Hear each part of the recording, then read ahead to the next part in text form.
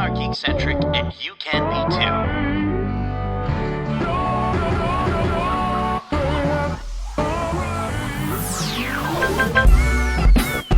Love ya.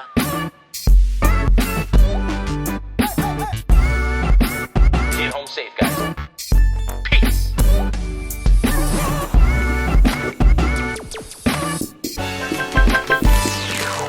Welcome to the Geekcentric podcast, and welcome to our special This Week in Geek for Star Wars Celebration in Tokyo. My name is Justin, and if you're joining us for the first time, well, we are Geekcentric, a podcast covering the world of movies, TV shows, toys, collectibles, gaming, and all things geek-centric and all things Star Wars-centric. Joining me for today's episode are two of my convention goers, travelers, if you will, Nate Shelton.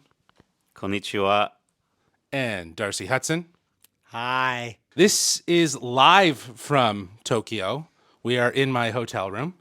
The convention has wrapped. It is Sunday for us. For you, when you're listening to this, it is also Sunday. Wow, we're in the future. We're in the future. We are in the future. Wow. We are. We are here. We are going to be recapping the lovely Star Wars Celebration. If you've been following us on social, then you know we've been up to stuff this weekend, doing a lot of coverage for the event here in Tokyo. But before we start talking about what we saw, all the cool stuff, I thought we could kick things off by talking about the convention itself, what that experience was like, what the whole experience of Japan is like.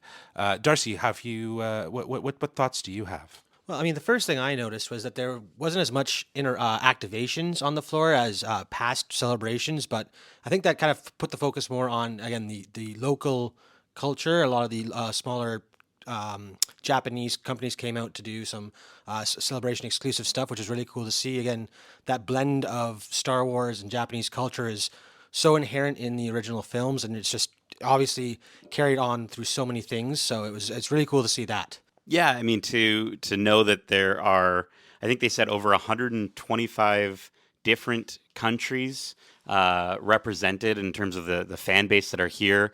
Over 100,000 guests attending this year's Star Wars Celebration. It was pretty incredible, and maybe it did feel like maybe the busiest Star Wars Celebration that we've ever been to, or at least the most crowded in terms of how many people there were. Yes, there are definitely a lot of people, but somehow the last celebration still felt more congested. Getting around was a lot harder in London, but despite there being less people, which is interesting. Yeah. Yeah, you know, Star Wars Celebration is something that happens biannually. This is the 16th iteration, if you will, of the event, and you know, they've been all over the world, primarily in the States and Japan. I think the last time they were in Japan, they said was 2008. So it's been a while. It's been a long time coming. What I thought was really interesting, too, about the convention is just how many people actually traveled here to see it. Like you said, from 125 different countries, making up 100,000 guests. And yeah, like it was crazy. And I do agree with you, Darcy. I think there wasn't nearly as many activations. Like D23 was all about its activations, and you know, they obviously had that massive convention center in Anaheim. Things felt a little more tamed here for the convention floor. I think definitely the highlight is obviously everyone coming together to celebrate Star Wars, and the various cast and filmmakers that were here for the event. Well, and it was also interesting too to sort of see the differences in terms of, you know, what people were after. Of course, merchandise is always going to be, you know, people running on the floor. I remember I got in pretty early on the first day on the Friday, and you see the people just bolting towards Hot Toys or some of the different areas. But even today, you know, today being Sunday, seeing people lining up for a giveaway from Japan Airlines of these little model planes, and it was just jam-packed, filled with people. Or, you know, Darcy, you and I went to the food hall hoping to maybe grab a little Wookiee yakisoba, but literally anything that you would want to take a picture of was completely sold out. And I was like, even food is a limited edition collectible here at Star Wars Celebration Japan. And another thing too, given that it's Sunday, we just wrapped the closing ceremony, and in past celebrations, we've been able to walk into celebration stage just before that starts and get a seat for the final hurrah. And this time, every stage was capped for seating because everyone wanted to see where it was coming next and just remember the weekend we all shared together, which is really interesting. But, speaking of just everyone remembering the weekend we all just shared together, I know that we're kind of jumping to the end here, but the final celebration panel, a closing ceremonies always sort of gets you a little misty-eyed, a little teary-eyed because it just went by so quickly. But we got to really kind of hang out and meet some really incredible people. And I just wanted to shout out a few folks that we got to chat with along the way. I mean, we got to talk to some pretty legendary, wonderful folks that we've seen on the internet, like Dimeech or Nate Morrow from Paging Mr. Morrow, who I'm a huge fan of. Darcy is a huge fan of being he's a Disney vlogger. Chris Nelgay from TDR Explorer we ran into today, who just is an amazing resource for all things Tokyo Disney, which we are excited to get to. And we also caught up with Alden Diaz, who's been on our podcast before. He's a known figure in the Star Wars podcasting community, but also folks that, we met for the first time, and some people like Australian Will, who was a big fan of Hayden Christensen, or as he would say, Hayden. He was awesome. Shout out to him. Will Mix, the one-man band who I got to hang out with in line, and he was telling me all these wonderful stories and getting to know him. Krista, who helped me get this incredible Roosevelt's bomber jacket that I love so much. And then Irin and Jeb, who are this lovely Japanese couple that Darcy and I sat next to. And it was so cool with, like, I just have very broken Japanese that Darcy and I and Justin, we've been learning through Duolingo, but getting to talk to them and actually carrying a conversation about their favorite ride at Tokyo Disneyland being Star Tours, or just their love of Star Wars is so cool, because even though we speak completely different languages, and being here in Japan, we both speak the language of Star Wars and fandom, and we can all be geekcentric together, and that's what is so incredibly special about Star Wars Celebration. Yeah, it's an event for fans of Star Wars. That's what makes this convention entirely different.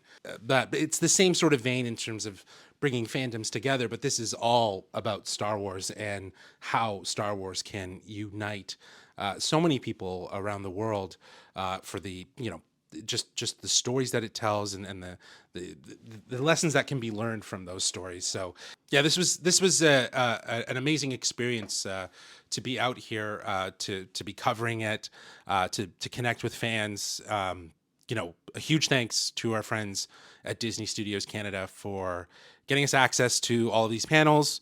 It was really great to be able to actually be in the room, to hear some of these things, and learn about them like as they were happening, and reporting to you guys through our socials, through Twitter at Geekcentric YT, and on our Instagram at We Are Geekcentric. So yeah, it's because of all of you who are listening to this right now that we're here doing it. So thank you for being amazing. With that said, let's get into talking about the news that we got, because we've posted some reaction stuff, which is a little bit longer than reactions. I'm aware of that. We're all aware of that. There was a lot to talk about, but we didn't want to necessarily go too deep. So we're gonna go deep on this podcast because you know what? It's a podcast, and we can do that. We can do that. It's great. So let's start off with Friday. The festivities started off with a video highlight of the company's landmark titles and beloved characters, which captured the audience around the globe for the past 4 decades, followed by an official welcome to the 9,000 fans in attendance from 2 droids that we all know and love, C-3PO and R2-D2. They came out on stage speaking Japanese, which I absolutely loved. But they were then joined by Lucasfilm President Kathleen Kennedy and Chief Creative Officer David Filoni, who thanked the fans for their committed support and brought the entire auditorium to their feet with the announcement of an all-new theatrical release, Star Wars Starfighter, which will be directed by Sean Levy and starring Ryan Gosling. I'm going to say it again here. I told you so. So that this was the first thing. Kennedy chatted with the actor and the director, offering some exclusive insight as to what fans might expect from this standalone adventure, taking place approximately 5 years after the events of 2019's Star Wars Episode 9, Rise of the Skywalker. The film, which will begin production this fall, is an entirely new adventure featuring all new characters set in a period of time that has not yet been explored on screen. And Star Wars Starfighter will be releasing theatrically May 28th, 2027. So that was our first bit of news from the first panel, which was titled The Mandalorian and Grogu. So they came out and they surprised everyone. What do you guys think? Well, I mean, if The Mandalorian can show up in shows like The Book of Boba Fett and other series that he's not even technically titled after, I think it makes sense that we would get a bonus announcement. Honestly, I'm so excited. I think Sean Levy is such a talented director and is going to do such a wonderful job with a Star Wars story that I'm hoping is very different and separated from the Skywalker saga of it all. And I think, we love like something like Andor, getting to kind of explore another side to this galaxy we know and love. But I mean, most of all, I really do hope that he gets a sick jacket. Ryan Gosling is rocking a dope flight jacket. He's going to, maybe a mustache. I don't know. But I think if he does have a dope jacket, we're going to have to try and see if we can buy one. I mean, I don't think it's going to be an 80s action flick, so I don't know if the mustache is required. But I think it was cool is that when they revealed the title, it was a little, again, we just got the title kind of creeping out between Star Wars, and then it closes with the sound of a lightsaber, which, again, with a name like Starfighter, wasn't what I first would think you'd hear. Maybe you'd hear the roar of an X-Wing engine or something like that, but the lightsaber sound makes me hopeful that this will be a Star Wars story that, while it is completely separate from everything else, we'll still get those glowing laser swords we love so much. Yeah, it's a good point. I think that, with shows like Andor, kind of removing a lot of the sort of Star Wars centric elements and focusing more on the galaxy and the people in the galaxy, there are avenues where Star Wars can go, where lightsabers and things like that aren't necessarily integral to the stories. But I think when it comes to the movies, it seems like there will be an essence of that, which makes sense, because I think that, it's not to say that I think Ryan Gosling is going to be a Jedi. I don't think he is going to be a Jedi. I think he's totally going to be a pilot. You guys nailed it. And I think that he's going to bring a level of Han Solo swagger, which is already reminiscent in some of his performances. Like, even say what you will about the Fall Guy, but he was both charming and very action centric. He was super badass in that movie, and of course he's Ken. He's just Ken. You know what I mean? And he's Canadian, right? More Canadians on screen, and I think, Darcy, you said it best, right? Yeah, Sean and Ryan's do great work, as evidenced by Deadpool and Wolverine. Now we're getting another Sean and a new Ryan, so I'm looking forward to it. Yeah, I think Sean Levy directing a Star Wars film, which obviously seems very personal to him. It seems like he's been working on it for a really long time. I will say, I haven't been a fan of everything that Sean Levy's done. Deadpool and Wolverine was definitely a good film, but and it was entertaining. I think a lot of that is on the back of Ryan Reynolds and Hugh Jackman. So there's a lot of heavy lifting already being done. Here, there's a lot riding on this idea of bringing in a new story, a new standalone story. I think he's up to the task. We'll see when we get it in 2027. Cool. Well, let's move on to the next part here. The excitement continued in that panel when director and co-writer Jon Favreau took to the stage to talk about Lucasfilm's highly anticipated theatrical release, The Mandalorian and Grogu, which we thought the whole panel was going to be about, which is set to hit theaters May 22nd, 2026. And joining him were the film star Pedro Pascal, Sigourney Weaver, and Grogu himself. That little cutie pie was on stage.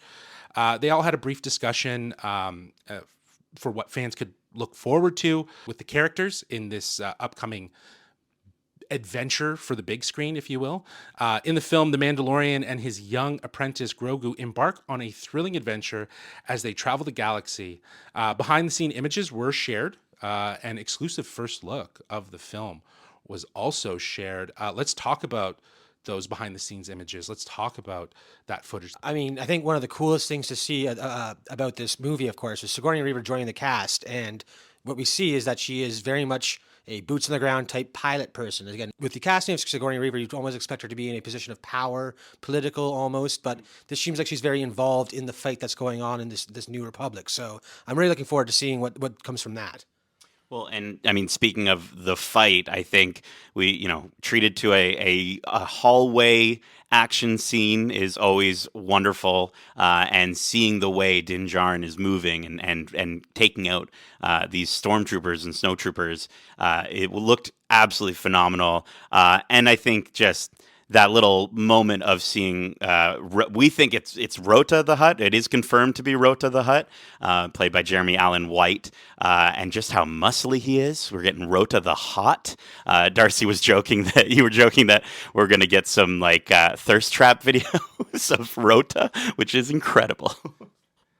Yeah, the whole Jeremy White thing, eTalk Canada was here, and they asked Jon Favreau about Jeremy Allen White. He didn't say a word about it because it hasn't been confirmed. And I think a lot of the sentiments in and around rumors and, just going back to Sean Levy, Ryan Gosling, the way he came out on stage and he was saying, there's been rumors about who's going to be in this film. Ryan Gosling has been rumored to be in it, and that's 100% true.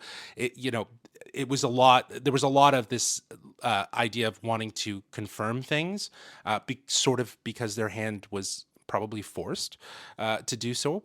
But that said, like you were saying, Darcy, with Sigourney Weaver being added to this cast, she is already revered as a sci-fi queen for her films like Aliens.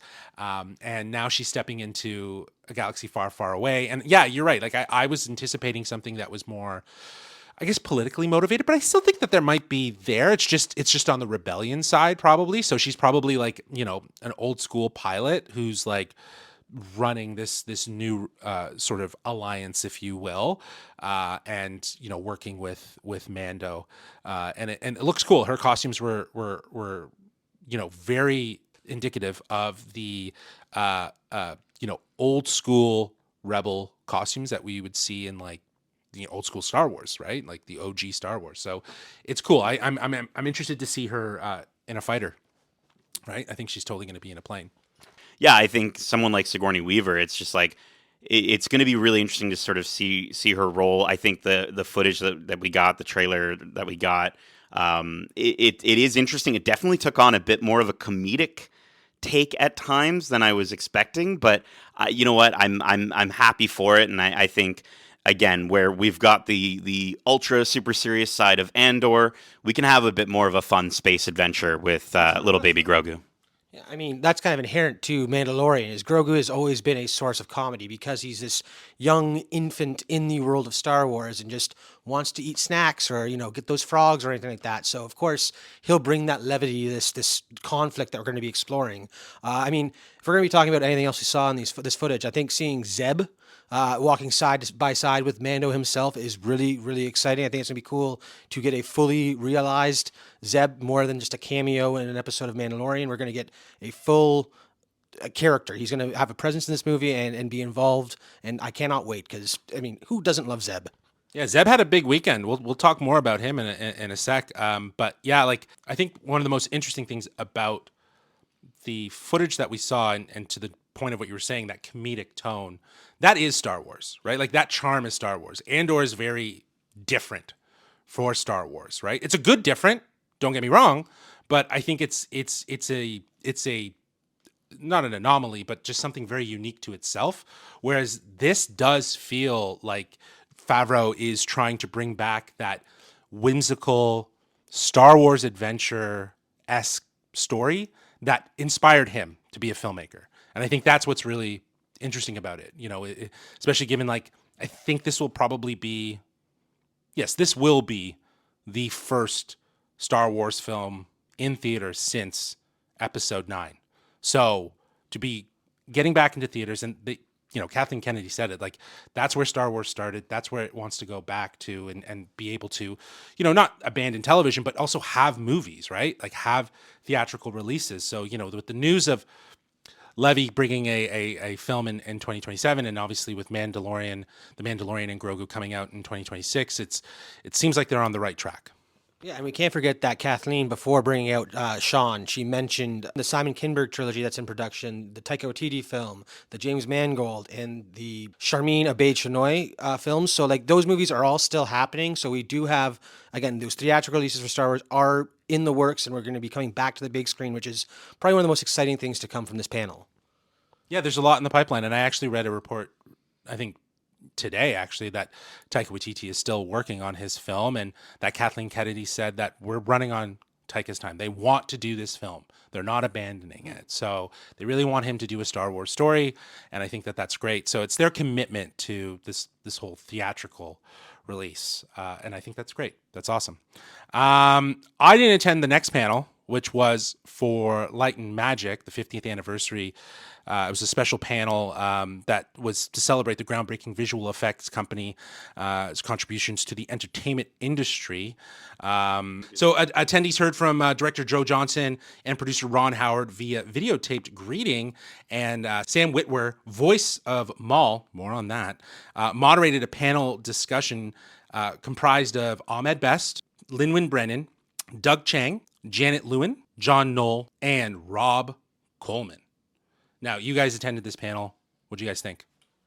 Well, I love the first season of Light and Magic because it explores that early era of Star Wars where George Lucas and the team at ILM were breaking ground, doing all these incredible visual effects with the old school maquettes and puppetry and stuff like that. And what I think is really cool about this season is that, again, it's focusing on that step into the new age. And each of the panelists there had a moment they wanted to share or bring up from the new season where it kind of dives into, what it was like having all this trust thrust upon them by George, being like, I know you guys can do this because it's impossible, and it's only because it's impossible that you guys will do this. And some of the looks on the faces as he's going over these shots or the list of things he wants to do, and they look so shocked and terrified about, like, what are we getting into here? This is going to be the biggest scope of a digital project that we've ever done with all these effects and stuff. And again, just hearing the cast talk or the panelists talk about each of their experiences about how the trust that George placed in them led them to do great things and again,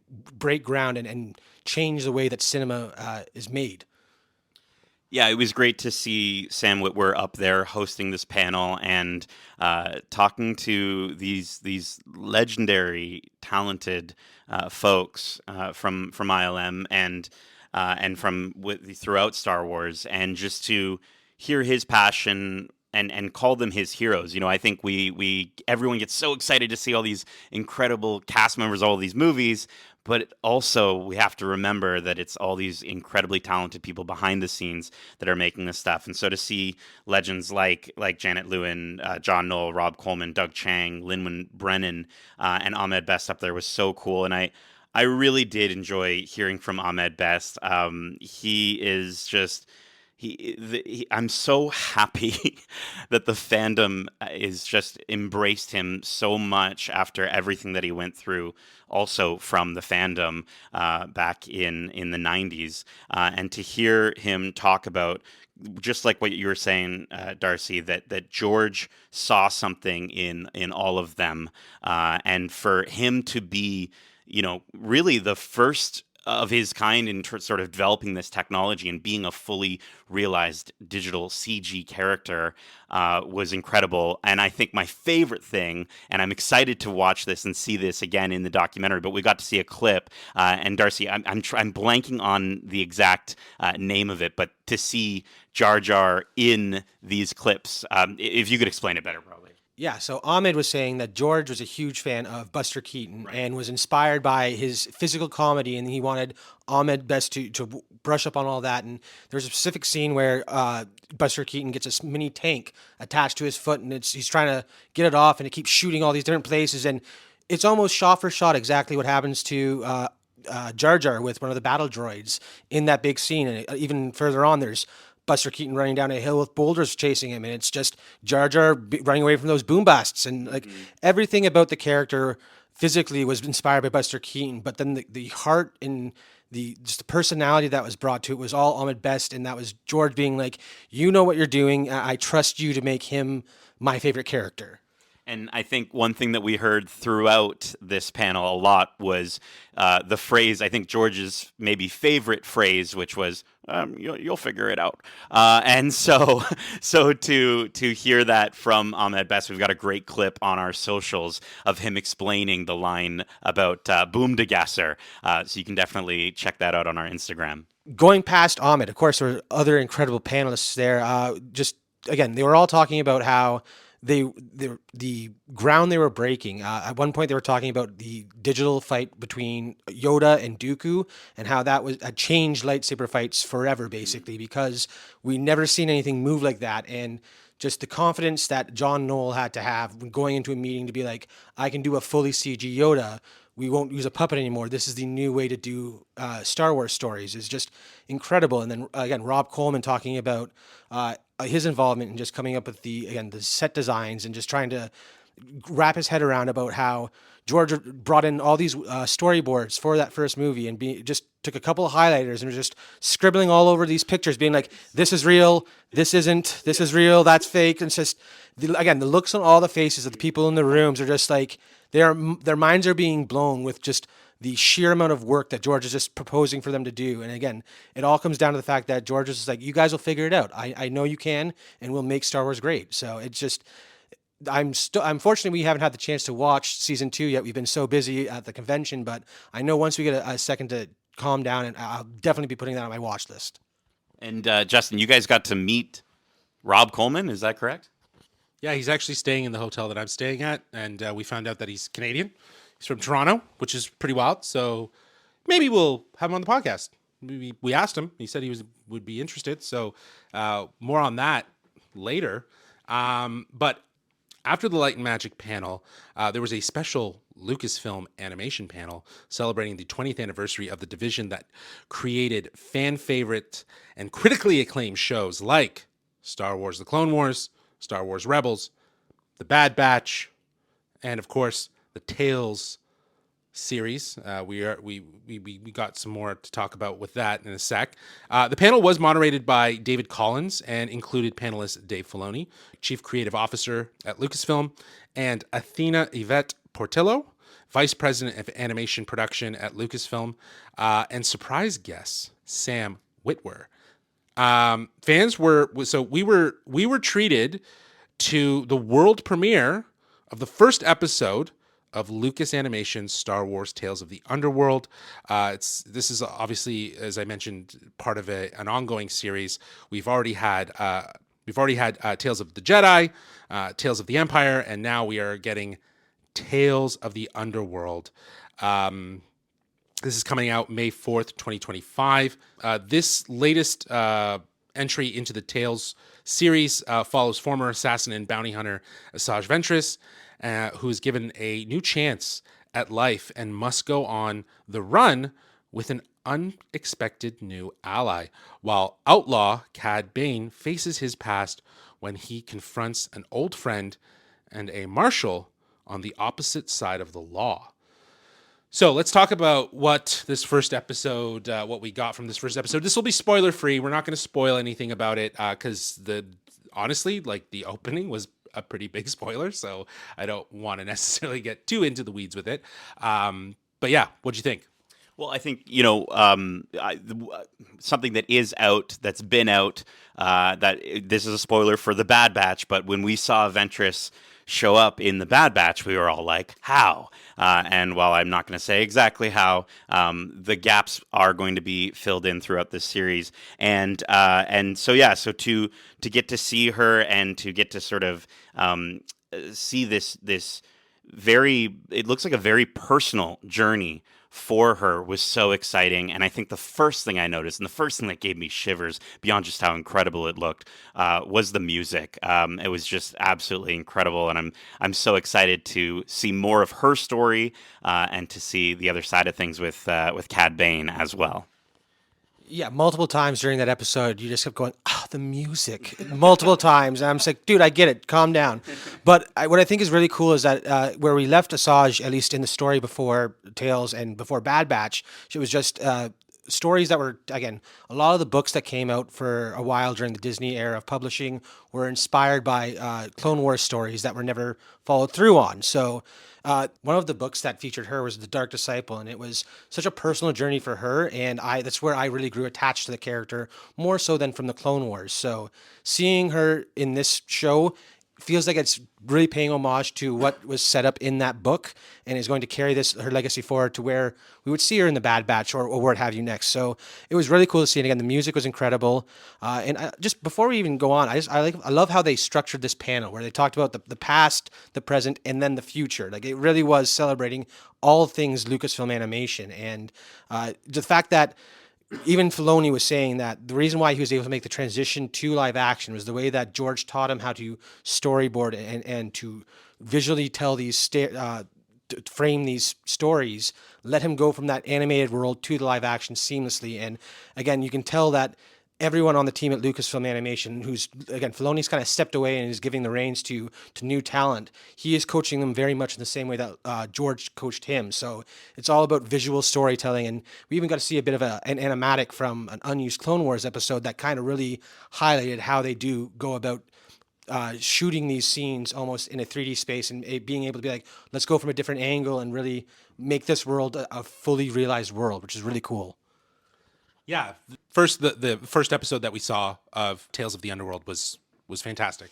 I think it's definitely leaning into, as you said, Nate, filling in the gaps, and yeah, it looked amazing. The music was fantastic.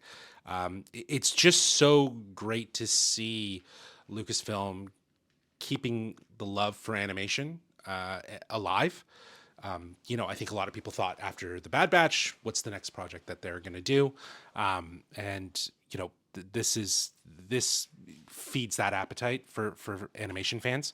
But you're absolutely right. Like I think that leading into the showing the first episode, the conversations that were had about the past, present, and future were so insightful. Filoni really does value the time that he had with George and what George provided to him as a mentor.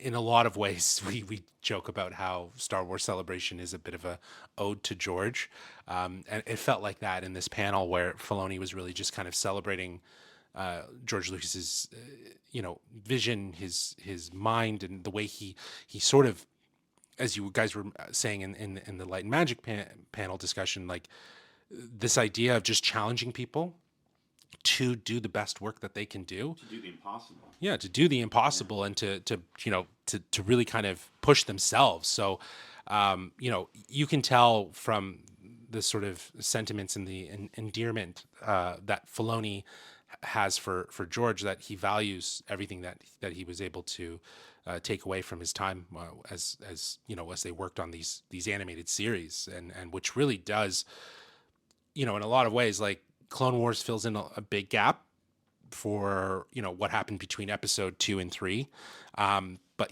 something like Rebels, he talked about how it was the first thing that was a real Disney and Lucasfilm collaboration, but it's also probably the first real outside of Skywalker storytelling, right? Like there wasn't anything like that. Everything was in and around the Skywalkers. And like, yes, Rebels exists in a time period when there is a Darth Vader and it's happening, before Luke and so on and so forth.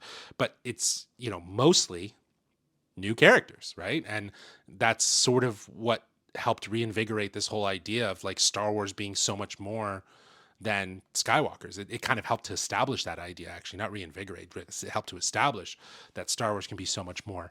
And yeah, Rebels has a huge place in the hearts of so many people who love it. And then you have something like the Bad Batch, right? And this sort of commitment to the clones and humanizing these soldiers, in the same way that Andor tries to humanize the rebellion, right? In a lot of ways, it's really great to see that, there's always been a commitment in animation to have the same levity of storytelling that you would expect from anything live action in Star Wars.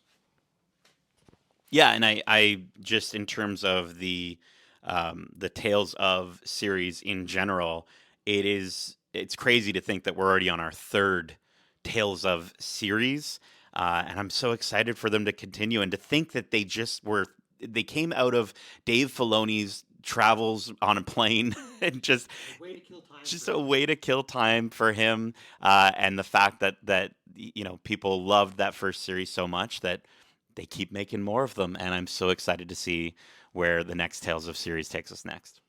Yeah, so the panel ended with an announcement that many fans have been waiting for, and that is a brand new series from Lucasfilm Animation. This one focusing on Maul. It's called Star Wars Maul Shadow Lord. It's premiering on Disney Plus in 2026, starring Witwer. I don't know why they said that. Starring Sam Witwer. Guests were then treated to an exclusive first look at the series and gifted an exclusive Lucasfilm Animation special 20th anniversary posters. We got our posters, thankfully. They're so cool. Everyone's on there. Even Baby Rota's on there. Everyone who has ever been in a Star Wars animated thing is on that poster. And every time I look back at it, I see someone new, and I'm delighted all over again. Yeah, and it's not just people. Like we had all the creatures from the animated universe. There was a Zillow Beast hint of a hand and a tail. Like anything animations in this poster, and it's incredible. And I think one of the coolest things about the trailer, though, that we got was the fact that, like, much like from Clone Wars to Rebels, and then Rebels to Bad Batch, the evolution of the animation style just keeps becoming so much richer, so much more textured and characterized, and the look of this new series is just taking that to a whole new level. It's such a painterly vision to it. It gives it this grainy aspect that really helps plant the idea that you're in an underworld, seedy, dark storyline that is following one of a fan favorite characters. So it is going to be really cool to see Maul come back to the animated screen. Again, we know how his story ends, but there's so much in between that we don't know about, and this looks like it's going to fill in those gaps. Which again, Filoni is great at filling in those gaps.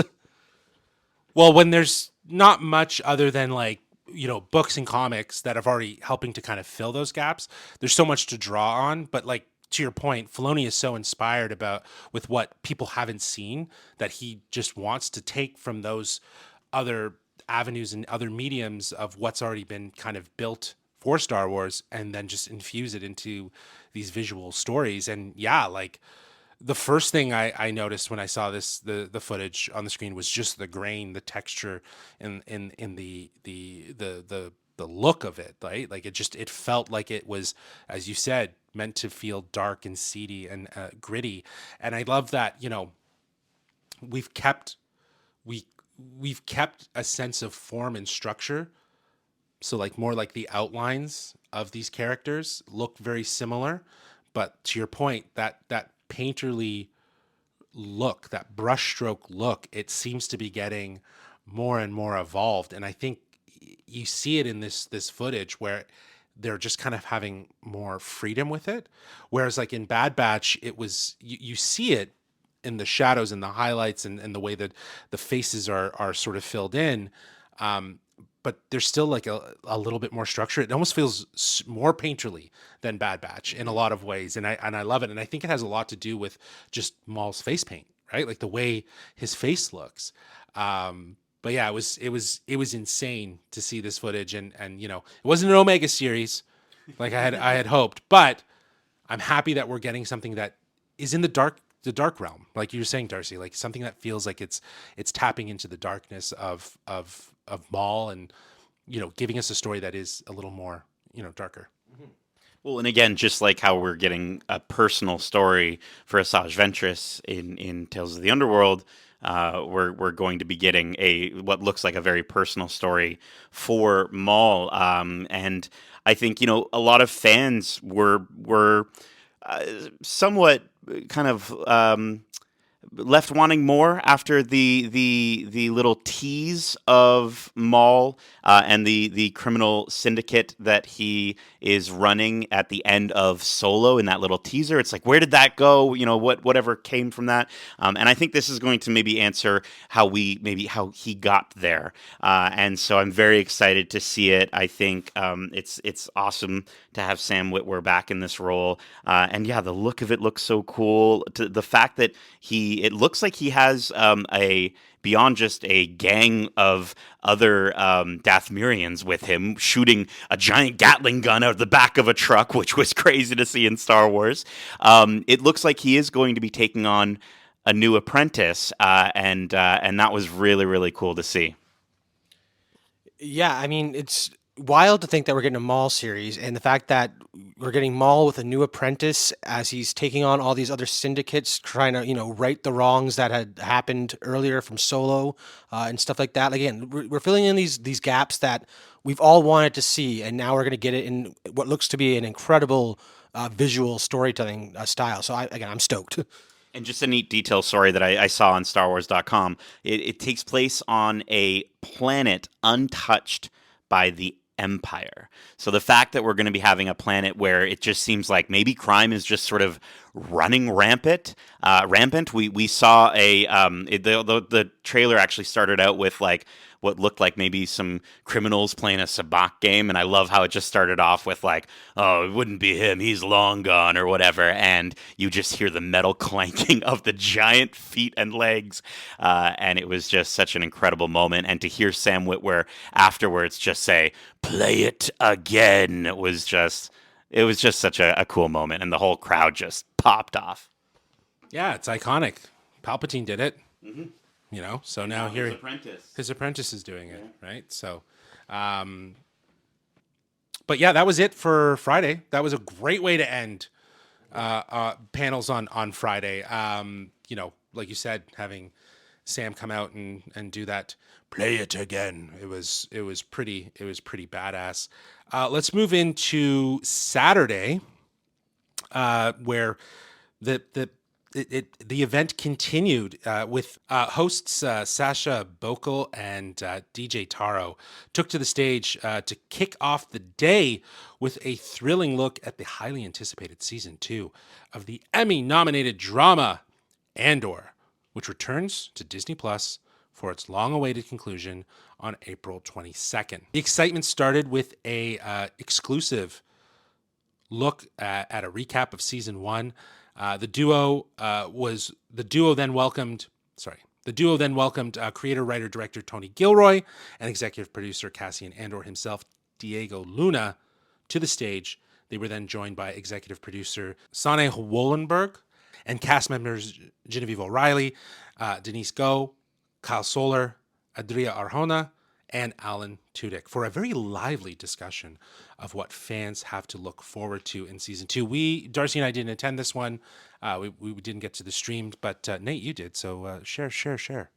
Yeah, so it was great to see the cast back again. But before the panel even started, it was also wonderful. And we saw this at Celebration London as well. We were lucky enough to see the Narkina 5 prisoners running, chanting, "One way out. One way out." And so to see them, DJ Elliott did such a great job bringing all of them up on stage. I don't think he was expecting that many to come up on stage. And then he ran with them, and everyone had a great time there. But yeah, getting to see the entire cast there, or almost the entire cast there, as well as Tony Gilroy, was so cool. And I think it was great to hear Diego talking about just how important this series was to him, and how watching Rogue One, after watching season 2 of Andor is going to hit different.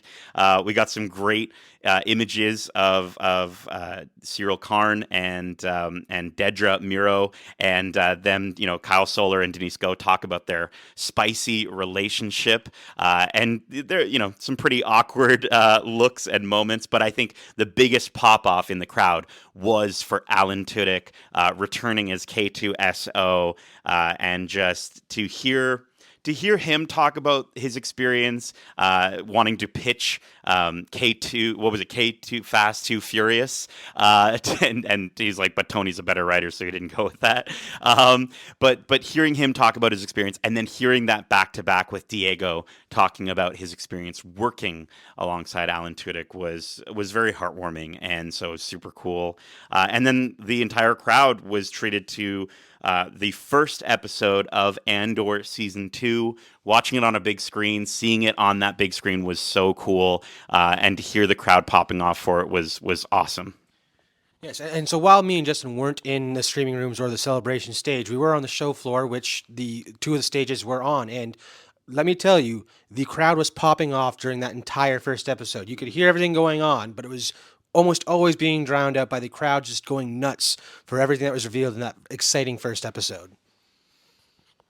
Yeah, it's great for them to bring the first episode for the audience there, because all 9,000 guests were it's like having a movie theater with 9,000 guests. That's pretty wild. But yeah, our spoiler-free review will be dropping on April 22nd. Sorry, I had to think about that because What day is it? yeah, what day is it? Yeah, it's Sunday for us. It's Sunday for you. So that's Tuesday. So you'll be able to hear our thoughts on that show. Sorry, on the upcoming season. So definitely look out for that on podcast feeds. After that, the next panel was a celebration and a look back at Ahsoka with guests Dave Filoni, Jon Favreau, Rosario Dawson, and I told you so, Hayden Christensen. Panelists shared never-before-seen photography from season 1 and early production photography from season 2. Filoni and Favreau officially confirmed that Rory McCann has been cast in the role as the fan-favorite character Baylan Skoll, originated by the late Ray Stevenson. The panel then ended with an exclusive concept art preview of what audiences can expect from Ahsoka Season 2, which officially begins production next week. Darcy, what did you think of this panel? Well, I think it was really cool that Dave took the time to talk about what it was like returning to this show after the loss of Ray, and how he was really getting choked up. It was very emotional to watch the fact that clearly Ray had an impact on everybody's lives on this cast. He was such a very kind person and really cared about the character he was crafting with Dave. So the fact that Dave said he sat down with his family, with people who were involved with the first season, and he wanted to make sure that this was what Ray would have wanted, was continuing the story that needed to be told.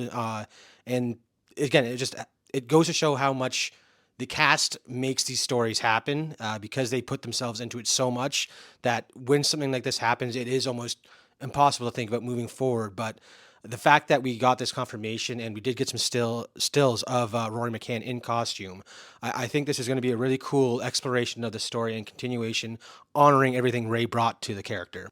Yeah, I think to your point, like Ray Stevenson, Filoni brought the character of Baylan Skoll. He said he had been working on it for a while. And I think Ray Stevenson fleshed that out beyond anything that Filoni could have ever imagined. And he talked about the fact that he didn't know if he wanted to continue with this without Ray, because how important Baylan is to sort of the juxtaposition of Ahsoka's journey. And, having the blessing of the family, having, his own inner circle, Filoni's own inner circle, kind of tell him like, you need to continue this story. It would be a disservice to Ray, what Ray did in Ahsoka, if you didn't continue the story. And I think that's the insight, that Ray really shaped Baylan to be something so much more, that I think surprised Filoni, and really does set the bar high. But Rory McCann in those stills that they showed, he looks fantastic, and I'm looking forward to seeing how he takes what Ray did, but also brings his own tone, because he's not going to do a Ray Stevenson impersonation. But I think that demeanor, that tone, it's going to be there, right? Well, and I think the inspirations for Ahsoka. Dave talks about them, and to hear him talk about his inspirations from Japanese animation and Hayao Miyazaki, and we even got to see a piece of concept art of Ahsoka riding a giant wolf, like Princess Mononoke, and that, having that up on screen, fantastic to hear. Anytime Dave Filoni talks, it's like he's so good with the way he talks and so inspiring. And yeah, I also got a little choked up, hearing him in that room talking about his experiences with Ray Stevenson. But again, I think it's one of those things where it really seems as though they're looking to honor the character. I'm excited to see if we do get a reconnection between Balin and Shin Hati in the new season. The fact that Rory McCann very much has already done the wolf and cub experience for Game of Thrones fans. You know what I'm talking about. It's going to be really exciting to see if they are able to reconnect. But I mean, we got to hear from Rosario on her first time when she was told she actually got the role of Ahsoka, getting to see, some images of her and her relationship with Hayden, and the fact that Hayden Christensen is confirmed to be coming back is so exciting. It's going to be so interesting to see how that's going to work. And we kind of touched upon that in our first reaction, but Darcy, you had some longer form ideas in terms of what that might be about.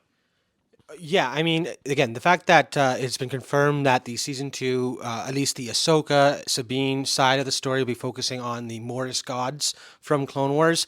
You can't do a Mortis storyline without Anakin Skywalker. He was so integral to that original Clone Wars story, and now going forward, continuing this, again, the idea of having the father, this daughter, the son, you can almost look at Anakin now being the father in this position, as he's the balance between the two sides. He is light, he is dark, he has both in him, and he knows that the balance between the two, whereas we now have Balin kind of going down the darker route as the son almost, and Ahsoka following a lighter path. So it's, again, the fact that he's coming back just means that this story is going to be focusing on that duality and the balance of the Force and what it means in the galaxy at large.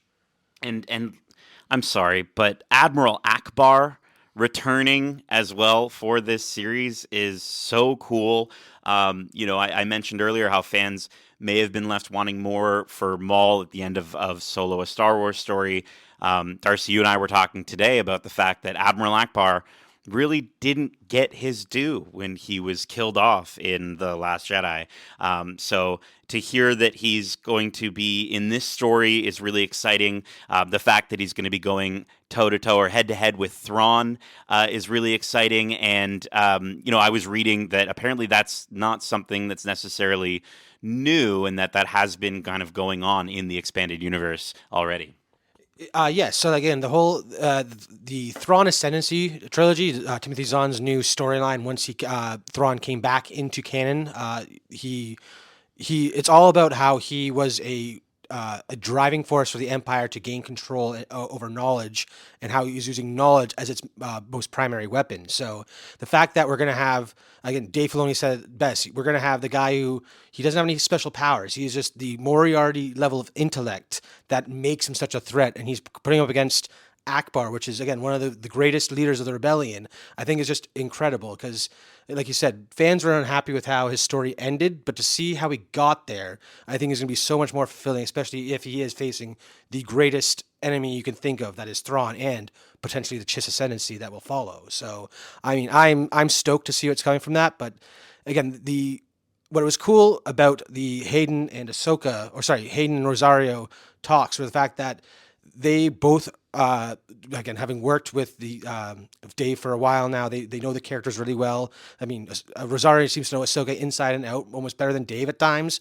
And Hayden being connected to Anakin from the beginning, it's really cool to see that we're getting more of that story that we saw in animation translating over to live action now. Even Hayden said that when they were filming Revenge of the Sith, George was like, so this is what Anakin was doing between the time. He did all this. He was a soldier in the war. And Hayden was just like, yeah, that sounds cool. Can I do it at all? Type thing. Like, he didn't get to be the hero Anakin that we saw from Clone Wars. So getting to revisit that in season 1 and then hopefully, again, see more of that in season 2 is something I'm really looking forward to. Cool.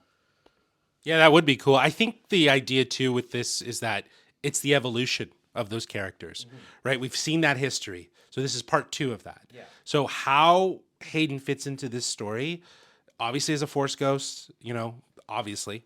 And as you said, if they're dealing with the Mortis God storyline that they were obviously very heavily hinting at in season 1, you can't do that without Anakin. That story was revolving around him. So I think he's going to fill in some of the gaps on some of that for Ahsoka, and he's probably going to be her guardian to a certain degree. But another one on my bingo card was that we would get some concept footage, some concept art, and we did, but in the form of a retro trailer reminiscent of the trailer that George Lucas put together for The Empire Strikes Back when he had shot nothing. And all he had was concept art, and he wanted to get people hyped after A New Hope. And, A New Hope definitely did a lot better than anyone anticipated. So it was a matter of, saying, hey, there's more to this story, so stay tuned. And yeah, it delivered. I think it delivered. It delivered in the vibe and the tone for the sort of like the boisterous, like old school narration, Star Wars, Ahsoka season 2, you know what I mean? Like it had that. And some of the concept art was wild. What were some of the things that you guys noticed?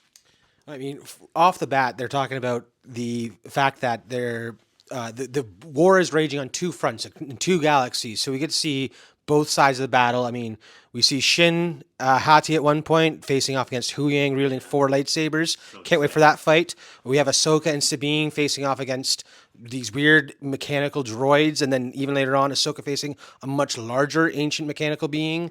The fact that Home 1 is coming back again. Akbar and his crown ship of the fleet is returning with X-wings galore. Of course, Filoni was very excited to say that. He's like, I've got X-wings, full scale X-wings are in my playhouse now. So it's really cool to see that again. These ideas that are very rough still are the foundation for what's to come. And it like that original trailer for Empire Strikes Back, it is getting me stoked for what's to come. Yeah, I liked the note about ancient machines, because that they were talking about in season 1 how the Peridia, the planet that they were on, there was this ancient machine or this remnants of machinery that was there.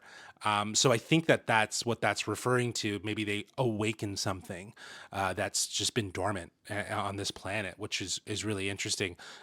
Just one note though, I love that, in this panel, the banter between Favreau and Filoni about playing with toys, and how he can't use all the toys that Dave wants to use.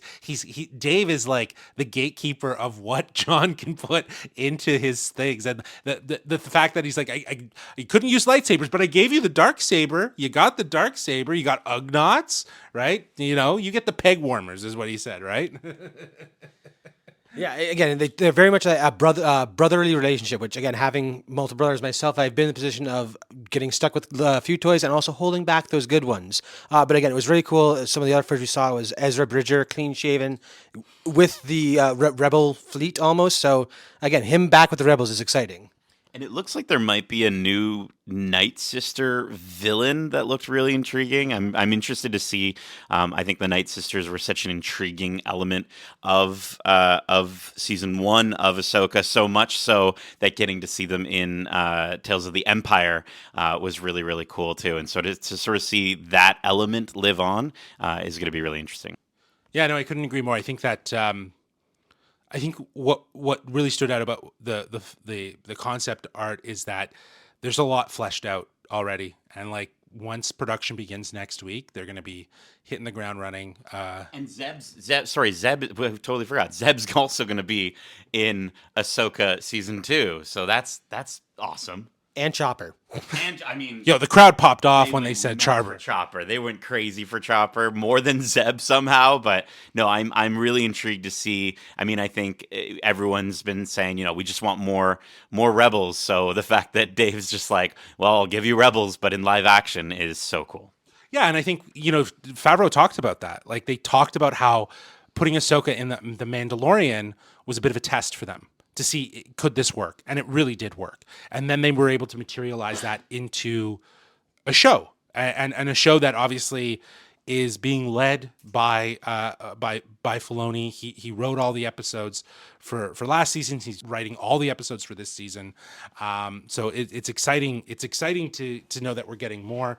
But that's also the power of the animated stories, right? Like that's really at the end of the day, we've talked about this on numerous occasions when, you know, people have talked about, oh, like I don't want to have to go back and watch like Clone Wars and Rebels. Well, it's like, if you want to, you should. He talks about not having to need to do those things, but I think to get the full appreciation, you need to.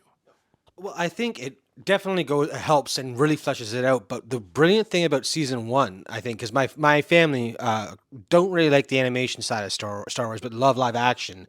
And while they were confused with some of the characters being introduced in Ahsoka season one, they understood the connection that they had because there was a history that they could feel, and the fact that we got to explore some of Anakin and Ahsoka's history through the Clone Wars in the world between worlds. Like Dave even said, he wanted to explore Anakin and Ahsoka's relationship in live action, and he had to create a whole new world to do that, which I think is really cool because it is these stories can stand on their own as a show, but if you want to enrich your understanding of them, then there's so much material for you to go back and watch, and you can gain so much from doing that.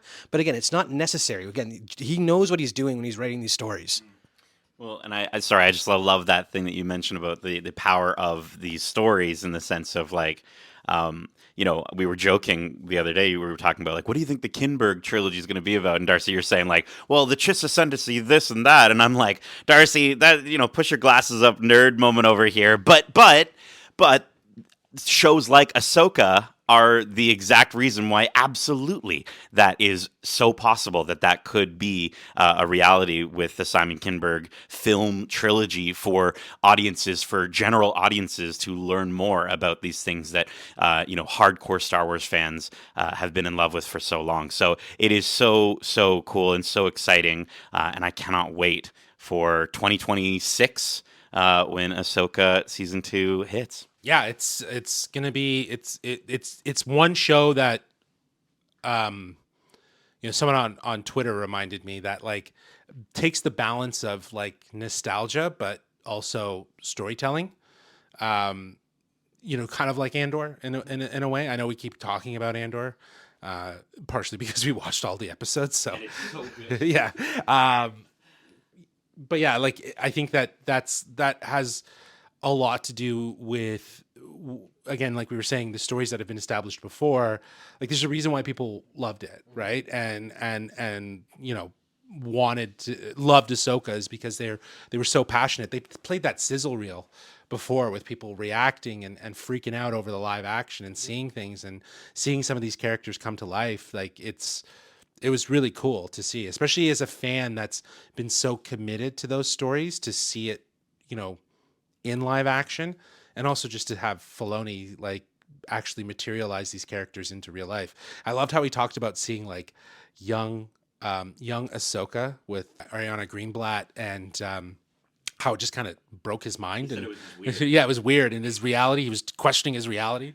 Yeah, he was mentioning how there was one point like between takes, she'd just be sitting on the ground and there'd be the clone troopers surrounding her, and she's just talking and pointing at stuff, and he's just like, "What am I seeing right now? Like this? Am I dreaming? Like, is this real?" Like, it's so cool that while he's telling all these incredible stories, he is still just the biggest fan of Star Wars.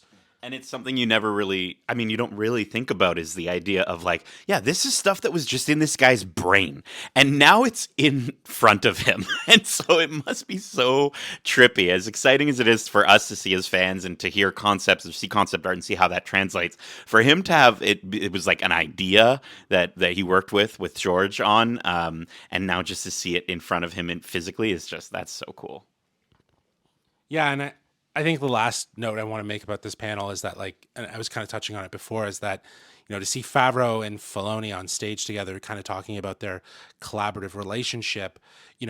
We were talking about how Filoni was saying so many nice things about his time with George, and now he's in a new form, a new collaborative relationship with Favreau, where they are sharing ideas, and it's a give and take relationship, right? And now Dave can kind of be a Jedi master to a certain degree with Star Wars stuff to Favreau, while Favreau is very much is pushing Filoni to do these stories in live action because he knows it's in him to do it. The way he talks about the fact that he doodles and how it flows out of him, it's just he understands the partnership that he has with Filoni and how he works, and I think it's really cool. And I think that's why we get such great stories, is when there is a really tight bond between the collaborators, and we got to see that on stage, and I think that's really cool. It was really insightful, and in the most natural way that you could imagine. So I thought it was cool. But that was it for Saturday. Did you guys see anything else on Saturday? Well, that was it for Saturday. 2 panels. So let's get into Sunday. This one's going to be a little bit more off the cuff, but pretty straightforward at the same time. We got our first panel in the morning, which was for Star Wars Visions Volume 3, a first look. And boy, was it a first look. They unveiled quite a bit of information about this upcoming volume, which is coming out in October of 2025. So we don't have to wait that long for it. But we are getting 9 episodes. Studios, various studios that were featured in Volume 1 will be returning. We're actually getting continued stories from Volume 1, such as The Ninth Jedi, The Village Bride, and The Duel, which was the one that kicked things off, right? Like that was the one that set the bar. So very exciting stuff. Rather than just probably going into everything that we saw, I'll pass the mic to you guys. Share what stood out to you and what you're excited for. Yeah, I mean, I think the continuation of these stories is something that we all really wanted. I think the fact that The Duel brought about a limited run comic book series, just kind of shows that fans wanted more from that story. I think for me, I'm most excited to see the sequel to The Ninth Jedi, titled Child of Hope, The Ninth Jedi Child of Hope, which is going to be following Kara, and as they journey to find her father, and I just think that's, again, that episode felt so much like a soft pilot for a series, and so the fact that we're actually going to be getting beyond this episode a Visions Presents series of The Ninth Jedi is so cool. And so to kind of get the idea that it's like, yeah, you're going to get one more episode that's going to kind of kick things off. You're also getting an entire series following these characters, and that is so exciting to think about, the fact that not just The Ninth Jedi, but the fact that it is like this presents format, like the Tales of format series. We could be getting more, which is just the coolest. Yeah, I think though, like, again, it felt a bit strange to say, hey, we're going to be giving you another episode that's going to continue this story. But not only that, we're also going to give you a little mini series about it. I not to say that I'm not happy about it. I love that we're getting a series about it that's going to explore it more. But then that's a slot that could have gone to maybe another story, right? Because if we are getting a series, right, I just feel like the series will definitely be able to explore so much more of this world. So to your point, though, it does feel like it is a bit of a soft launch into this series. But it just felt like it was a bit like they're not just giving them, one instance to continue. They're giving them 2 instances to continue this story. Yeah, well, I think a lot of it comes down to the fact that when we were talking about The Duel, how it had a limited comic run, so its story already was continued to some extent, and we'll be picking up after that in its sequel, The Payback, which looks incredible. But I think that that's why this Ninth Jedi is getting almost a little prequel to the series, is the fact that it's setting up a grander story after where we left off in what was supposed to be a standalone story originally. But one of the ones I'm most excited for is the fact that Trigger, returning studio, they did one of the darker episodes from Volume 1, and I think it's really cool that they said this time they wanted to really change the tone and do a more fun action-packed buddy cop almost adventure with the smuggler, and I think that one looks like it's gonna be really cool. I mean, if the character is inspired by Han Solo, I'm on board, and just what we got to see from that one again looks like it's gonna be a very high energy and fun, very different in tone from that first season that we got. So yeah, again, and I could talk about all these shows that we got to see, but Well, I think when we're talking about the new episodes and not necessarily the continuations, there are some really incredible looking animation styles, and we got to see clips from some of these Polygon Pictures. They debuted the first look at the Bird of Paradise, which for me, one of my favorite episodes of season or volume 2 was Sith. And so seeing how that was done and seeing this new this look looks kind of similar to that. It's a bit 3D. It's a bit I can't even. It's hard to describe, but it's so colorful. And featuring a character named Nakime who loses her sight after coming into contact with a certain plant inspired by an old Japanese story is so cool. Star Wars is very much inspired by Japanese stories, and so to see that continuing and to see this journey that this character is going to go on is so cool, and I'm really looking forward to that one for sure. yeah, and you just talk about different styles of animation, and if we're talking about that, there's one that really stood out to me. That's David Productions Black. It looks incredible. I mean, the fact that they pitched it as following a stormtrooper who they typically are in the background, they're the faceless, troops that get shot down or blown up. This one looks like it's going to be following a stormtrooper and just take us on a wild ride through, the trench run almost, and just the music. Oh, sorry, the animation is so flexible and fluid. It's not rigid at all like we're used to seeing in a lot of Star Wars animation. It's very malleable, and then the fact that it's paired with this high octane, very Cowboy Bebop jazzy soundtrack. I'm just so excited for this story now, and it's again the fact that we're getting these chances to explore different avenues of Star Wars through different lenses is just give me more. Like I want so much more of this stuff, and I'm so excited that we will continue to get more visions. Yeah, that one stood out because they actually showed us a little clip from it, so it really did set the tone of like how different this one is. But yeah, it's like a moving painting. And the music is you nailed it. It's Cowboy Bebop, like sci-fi jazz sort of vibes, or jats, or it's not jizz, it's jats. So jizz is in Jatson. But yeah, it looked cool. It looked really, really like unique. And I'm wondering how it's going to play out in terms of like as a short in this anthology series.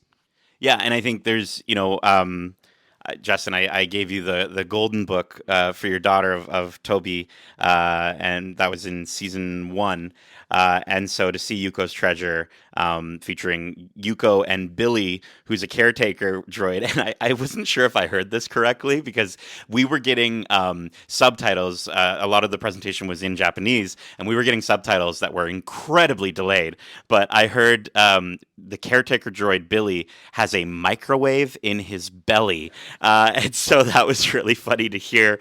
It gave me very much Big Hero 6 vibes from the clip that we saw. So I think that might be another really fun one for you to watch with your daughter.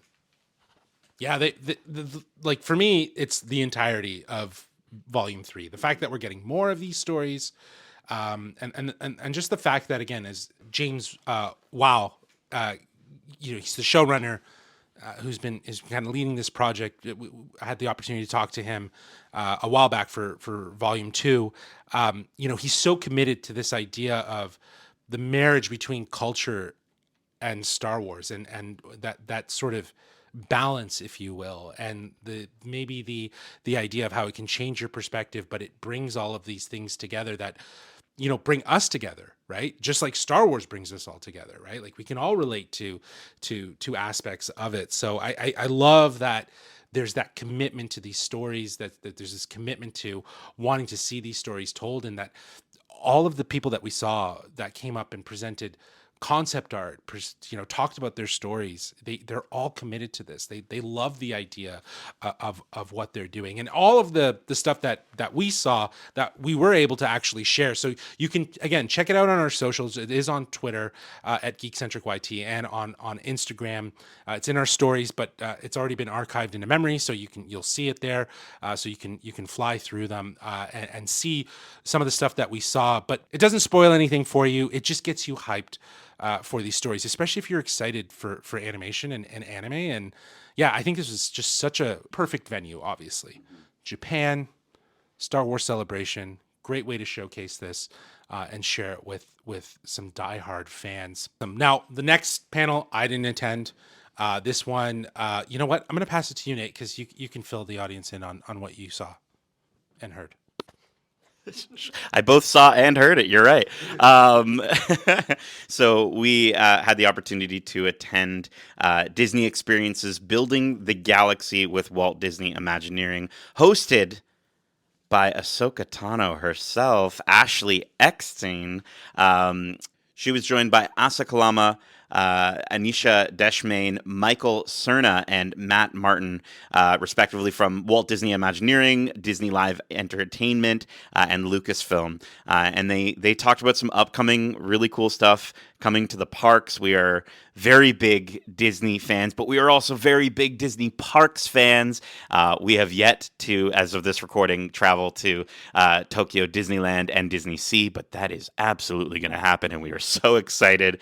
But we got to hear about some upcoming really cool looks at the next journeys for Star Tours and Smuggler's Run as well. Darcy, what were some of the things that stood out for you? Well, I mean, it was cool that when we last sat at a Disney Parks panel, it was at D23, and they announced some of these coming attractions. You know, the fact that Cassian Andor was going to be joining... Cassian Andor, sorry. Din Djarin. The fact that Cassian Andor, Din Djarin, and Ahsoka will be appearing on Star Tours along with some additional sequences was incredible. And now that they've fully been implemented in the parks, they are really pushing that.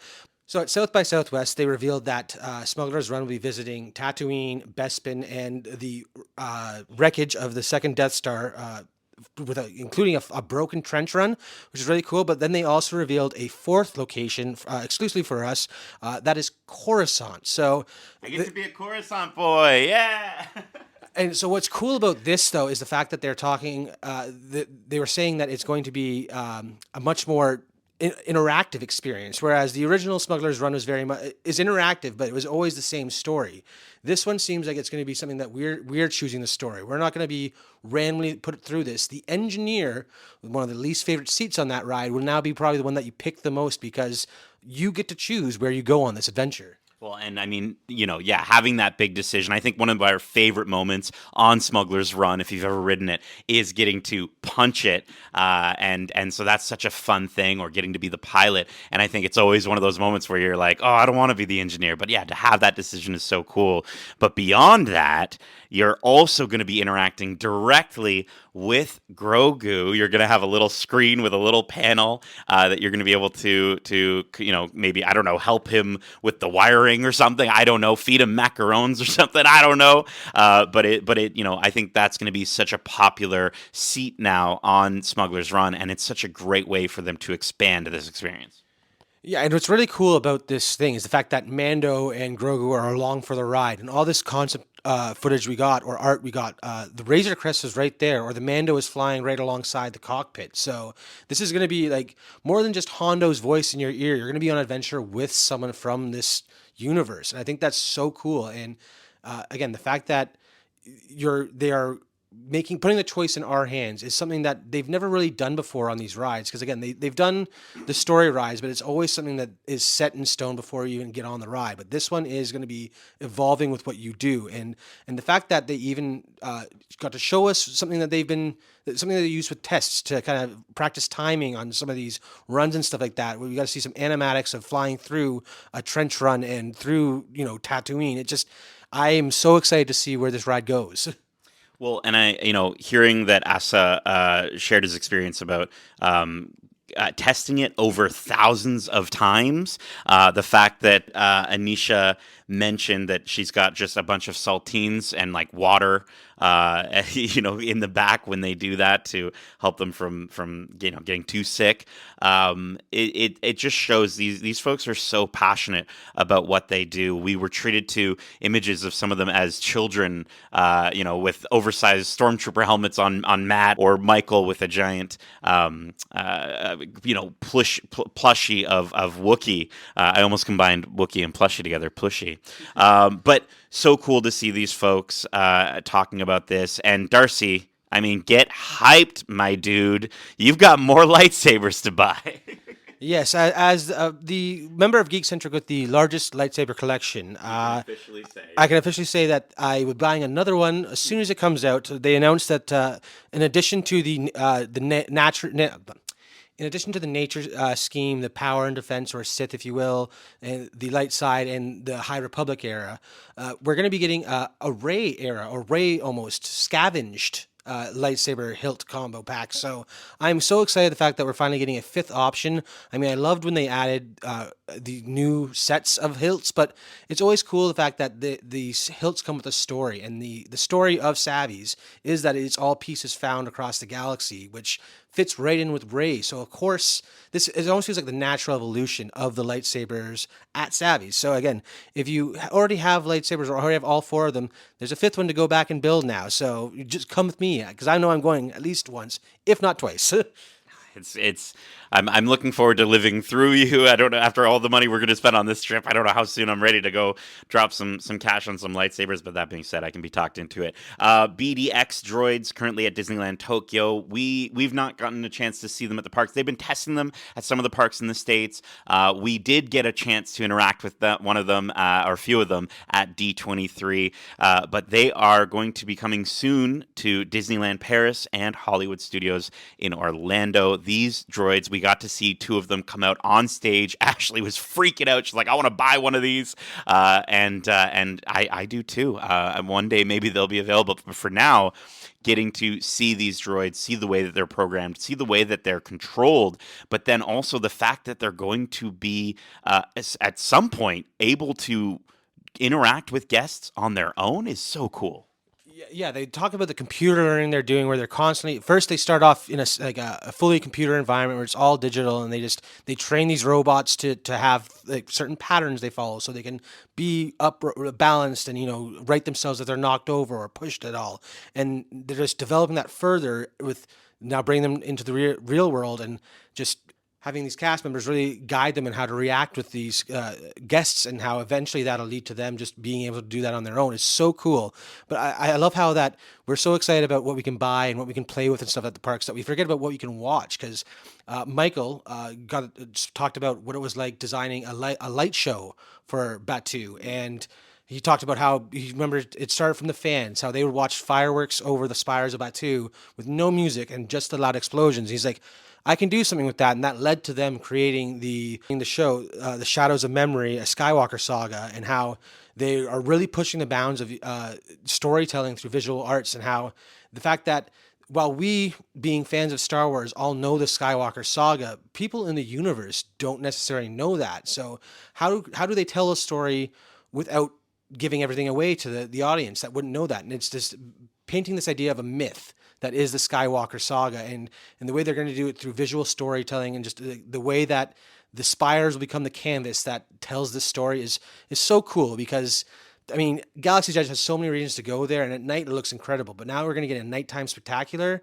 that is going to explore everything we love about Star Wars. I'm so excited for it.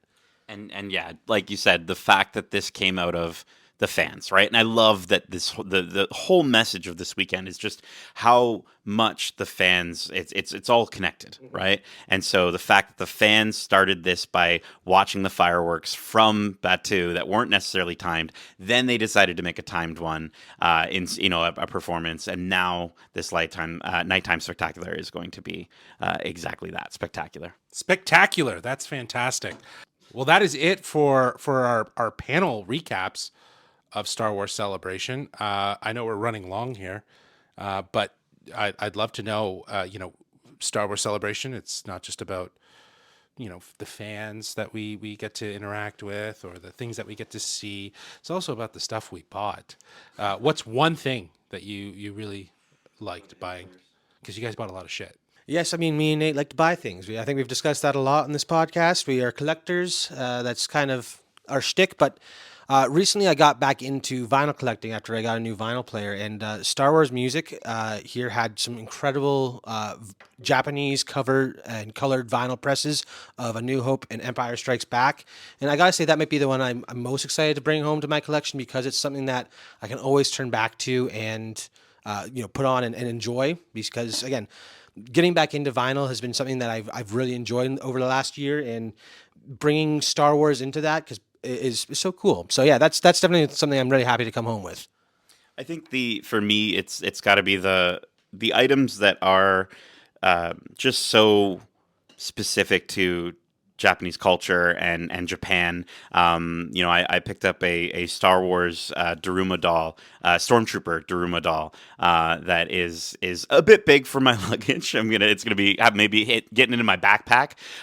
But that was so cool. Or the Tomika, little metal die-cast ships. I'm very excited about, and of course the Beyblades with Luke and Vader on them, and the Tamagotchi. We got Tamagotchis as well, a little set of them. So I think the things that are very specific to Japan and Japanese culture, and just the things that a lot of the things that we've always seen on the internet or on TV or what have you, but getting to see them merged with Star Wars, something we love so much, was so cool. But Justin, you also spent a ton of money too. What did you pick up? Yeah, I bought some stuff. I bought some stuff from the Celebration store, some fun T-shirts. I really like their collab. They're sort of Japanese infused style T-shirts. There is a Japanese T-shirt company called Atmos, and they had some really nice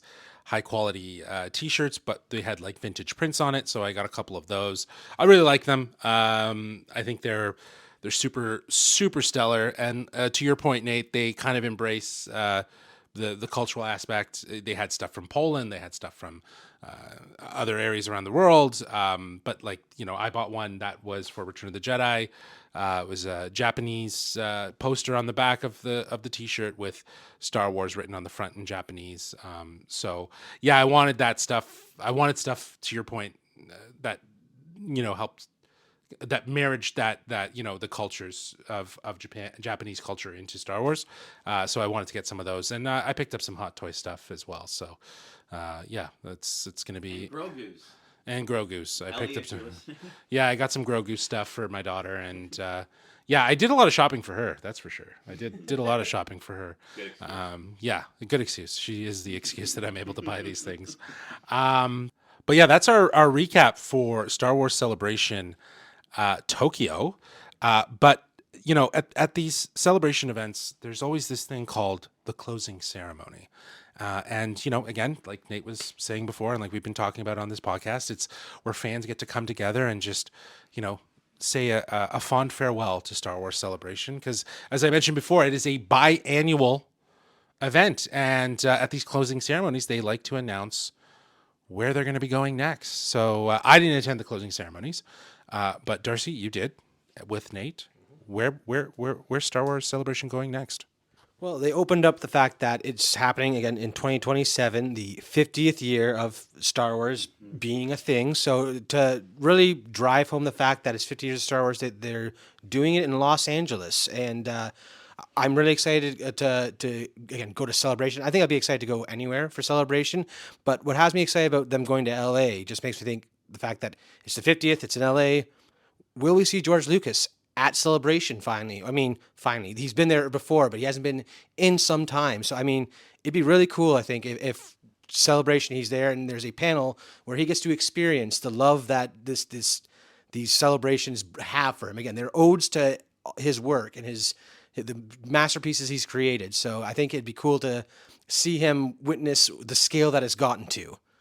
Yeah, I think LA is an interesting choice. We had Anaheim not that long ago. It was 2 celebrations ago, I guess, right? So the fact that we are heading to California, but specifically with LA, is going to be interesting. I think it makes sense. It is going to be interesting, the fact that we will have already seen the Mandalorian Grogu, but Starfighter will be literally like a month-ish away from April 1st. It's not an April Fool's Day, but it's April 1st to the 4th. So that's great. 4 days. I think we felt that this celebration was awesome, but we could honestly, our bodies probably were like, no, no more. But our minds and our souls and our hearts could have used a 4th day. So it's going to be great. Been going back to a 4th day, and yeah, being in LA. We're gonna get all the stars. All the stars are gonna come out. It's gonna be star-studded. Yeah, I think that's safe to assume, given the fact that there's probably other productions and other things that will be announced. But yeah, 2027, probably more Star Wars to talk about. Always more Star Wars to talk about. Come on, what am I saying? Come on. Well, that is it for this episode. We hope you enjoyed it. If you did, feel free to subscribe to us wherever you listen to podcasts. Again, a huge thanks to Disney Studios Canada for having us out here in Japan to cover this event, to bring you all the Star Wars news. Because we're literally we're like a hairline away from just being a Star Wars podcast. But if you enjoyed this episode and you want to let us know, hey, you can reach out to us at wearegeekcentric@gmail.com. That's wearegeekcentric@gmail.com. And as I already mentioned, all of our coverage is on our socials, on Twitter at GeekcentricYT, and on Instagram at wearegeekcentric. We're going to be popping off some more reels as well, probably throughout the week. I'm not going to lie, I'm a little tired. It's been an adjustment getting used to this time zone, but well worth it because of the cool stuff that we got to see and we got to do. Another way that you guys can support us and help us is by giving us a 5-star review. If you enjoyed this episode, leave us a comment on whatever podcast feed that you like to listen to us on. But keeping with the theme of Star Wars, as I mentioned, we do have our spoiler-free review coming out on April 22nd for Andor Season 2. We'll also have some interviews coming out on April 21st. I had the chance to talk with Tony Gilroy and Genevieve O'Reilly from Andor Season 2. So you'll definitely want to check those out. And keep in mind, we do have a ton of other great episodes out now for you to enjoy. We have our spoiler-filled episode for Marvel Television's Daredevil Born Again, which is out now on podcast feeds. We also have our spoiler-free review for The Last of Us Season 2. That series is out now. I think episode 2 is actually airing today. Again, time zones. I don't know. And also, just speaking about Andor and Star Wars, we do have our latest interview with Verita Sathu, who is in Andor Season 2, but this interview is for Doctor Who Season 2.